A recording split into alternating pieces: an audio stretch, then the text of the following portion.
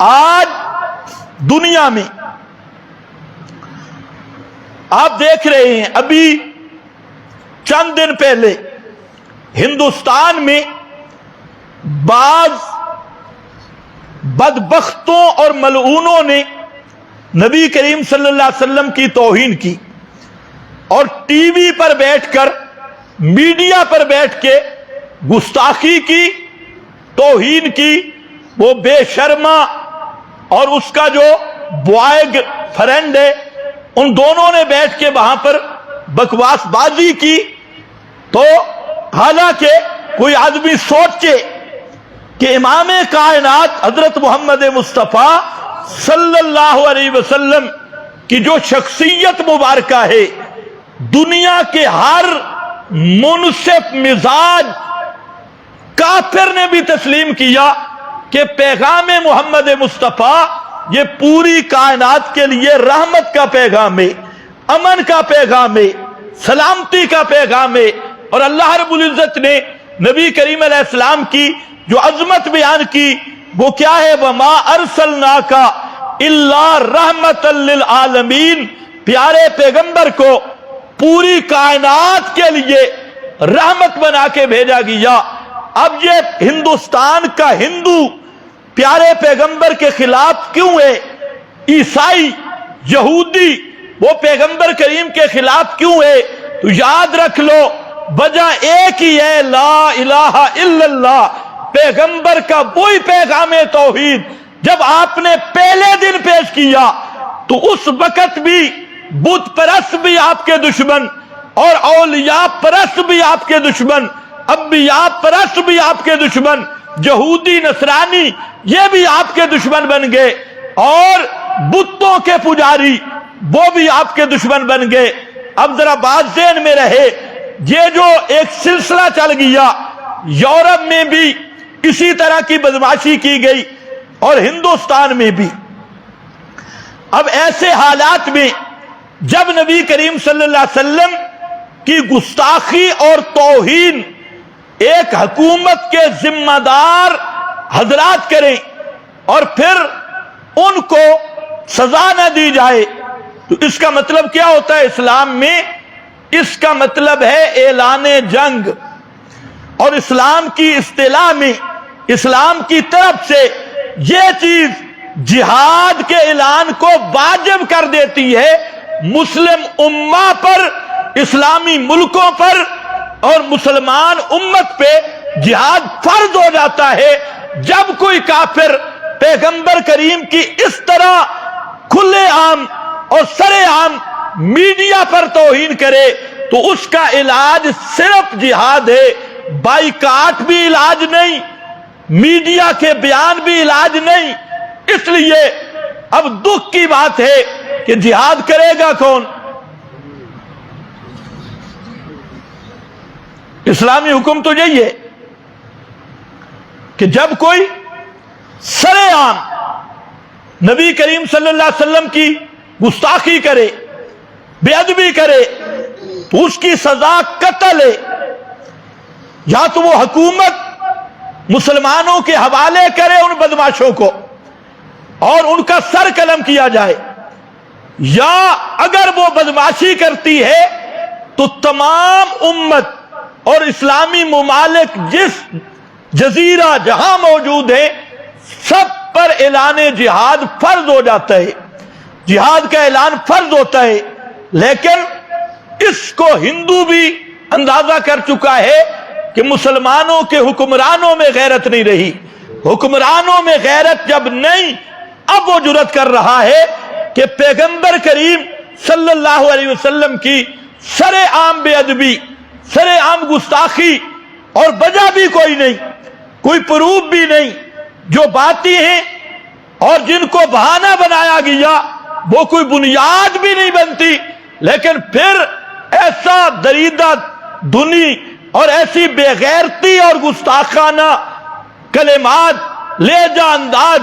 تو پہلی بات تو یہ یاد رکھو کہ ایسی حالت میں تمام اہل اسلام پر یہ فرض ہو گیا ہے کہ وہ صرف بیان نہ دیں بلکہ ان گستاخوں کو کیفر کردار تک پہنچائیں۔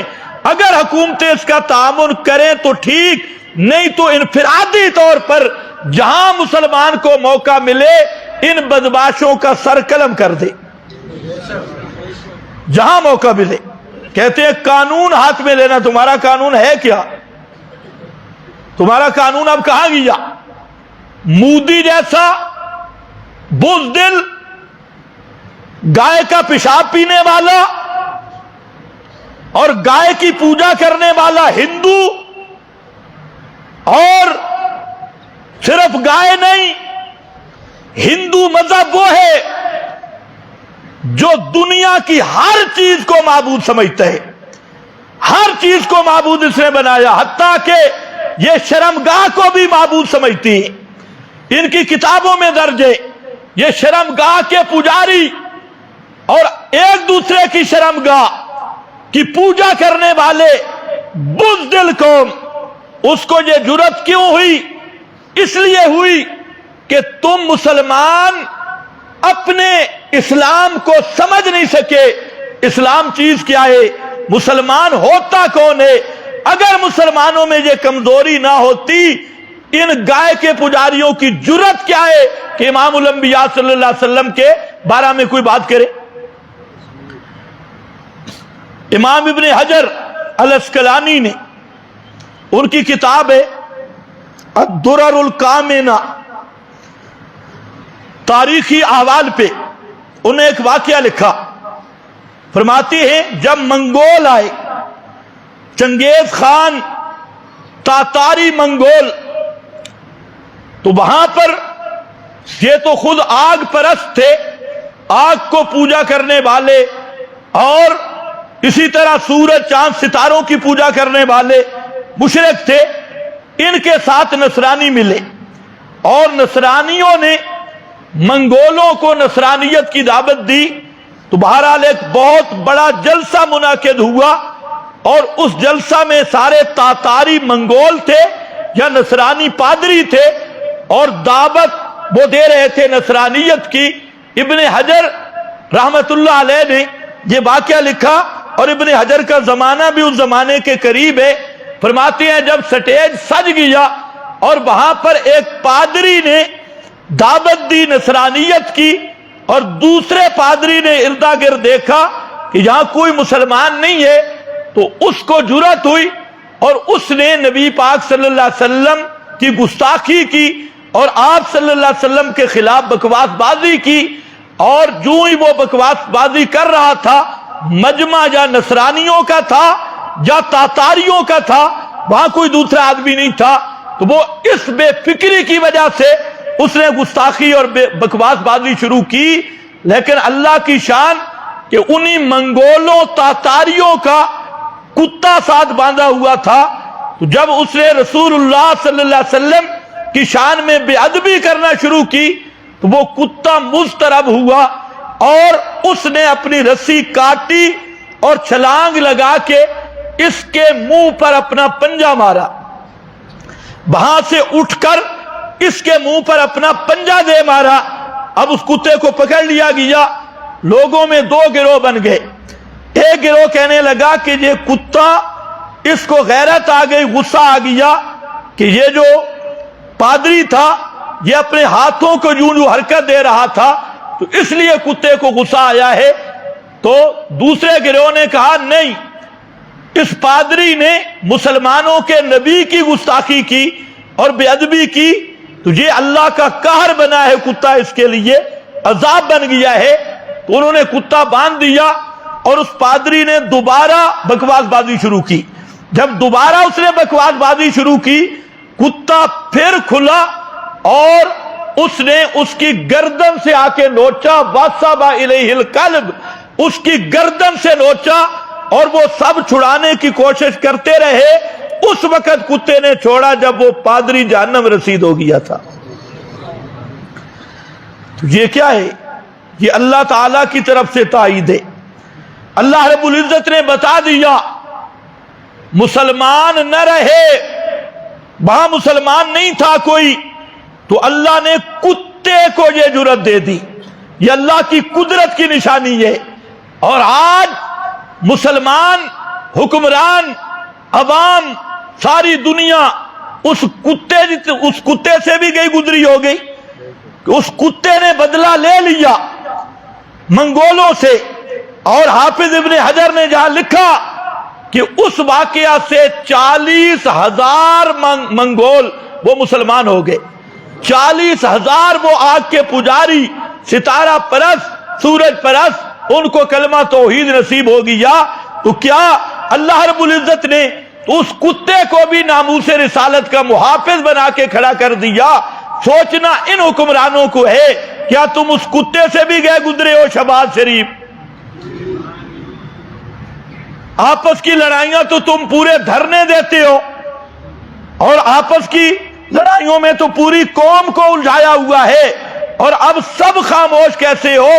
صرف بیان بازی سے یہ بدلہ ہو جائے گا؟ نہیں، جرأت کرو اور بھارت مودی اور ان بھارتی مشرکوں سے پہلا مطالبہ کہ ان گنڈوں کو ان کو ہمارے حوالے کیا جائے اور قتل ہم کریں، اگر نہیں تو پھر اعلان جہاد ہونا چاہیے۔ پھر یہ ایٹم کیوں چھپا رکھا ہے؟ پھر تمہاری فوجیں کس کام کی؟ تمہارے لشکر کس کام کے؟ جو فوج اور لشکر حکومت محمد مصطفیٰ کے ناموس کا پہرا نہیں دے سکتے اور اپنے نبی کی عزت کی محافظ نہیں بن سکتے، اس فوج کی بھی ضرورت نہیں، ان حکمرانوں کی بھی ضرورت نہیں۔ وہ فوج، وہ حکمران، وہ حکومتیں تو ان تاتاریوں منگولوں کے کتوں سے بھی بدتر ہو گئی ہیں، وہ کتا ان سے بہتر ہے۔ تو اس لیے یاد رکھو، ابھی عرب کے حکمران کچھ جاگے ہیں، کچھ نہ کچھ جاگے ہیں، لیکن یہ جاگنا صرف اتنی حد تک نہیں، صرف مطالبات کی حد تک نہیں، جیسے آج اس بدمعاش نے اس کی پشت پناہی کر کے پورے عالم اسلام سے جنگ کا الارم بجایا ہے، جنگ کا یہ اعلان کیا، اعلان جنگ ہے، اس سے اوپر کیا ہو سکتا ہے؟ آپ دعا کریں اللہ ہمارے ان حکمرانوں کو توفیق دے دے، کم از کم منگولوں کے کتے جتنی توفیق مل جائے، اتنی توفیق ان کو مل جائے کہ یہ کم از کم جس نبی کا کلمہ پڑھتے ہیں اس نبی کی عزت اور ناموس کے پہرا دینے کی ان میں جرت پیدا ہو جائے۔ اللہ ہمیں بھی یہ جرت نصیب کرے، اور تمام امت مسلمہ کے اگر امت میں کچھ حص ہو تو یہ موقع ہے امت کے جاگنے کا۔ ایسے وہ مواقع ہوتے ہیں جس سے امتیں جاگ جاتی ہیں، اور جس سے امت محمدی میں ایمان کی غیرت پیدا ہوتی ہے، اور جب امت محمدی جاگ جائے، غفلت کی چادر اتار دے، ایمان کی غیرت پیدا کر لے، تو اس وقت دنیا کا کوئی کفر ان ایمان والوں کا مقابلہ نہیں کر سکتا۔ کفر کیا مقابلہ کرے ایمان کا؟ تو یاد رکھ لو، یہ ساری خرابیوں کا اصل علاج وہ جہاد میں ہے۔ جہاد کو جتنا تم مٹاؤ گے، جہاد کے اتنے فضائل نکھر کے تمہارے سامنے آئیں گے۔ آج کفر بہادر اس لیے بنا ہے کہ جہاد کو اپنوں نے دہشت گردی کا نام دے دیا۔ جہاد کو مٹانے کے لیے مسلمان قوم تیار ہو گئی۔ اگر جہاد کی سنت زندہ ہو تو کعبہ کے رب کی قسم کسی کافر میں اسلام یا پیغمبر اسلام یا شاعر اسلام کی توہین کرنے کی ہمت ہی نہیں۔ یہ ہمت تب پیدا ہوتی ہے جب جہاد والا عمل مردہ ہو جائے اور جہاد کو دہشت گردی قرار دے دیا جائے۔ اس سے امت میں بے حسی پیدا ہو جائے، اور بجائے اس کے کہ جہاد مجاہدین تیار کیے جائیں، کرکٹر تیار ہو جائیں، فنکار تیار ہو جائیں، سنگر تیار ہو جائیں، تو جو قوم جہاد کا راستہ چھوڑ کر کھیل تماشا، سنگر، گانا بجانا، فحاشی بے حیائی کی طرف جاتی ہے، وہ قوم نقشے ہستی سے مٹ جاتی ہے، اور اس قوم وہ مردہ ہو جاتی ہے۔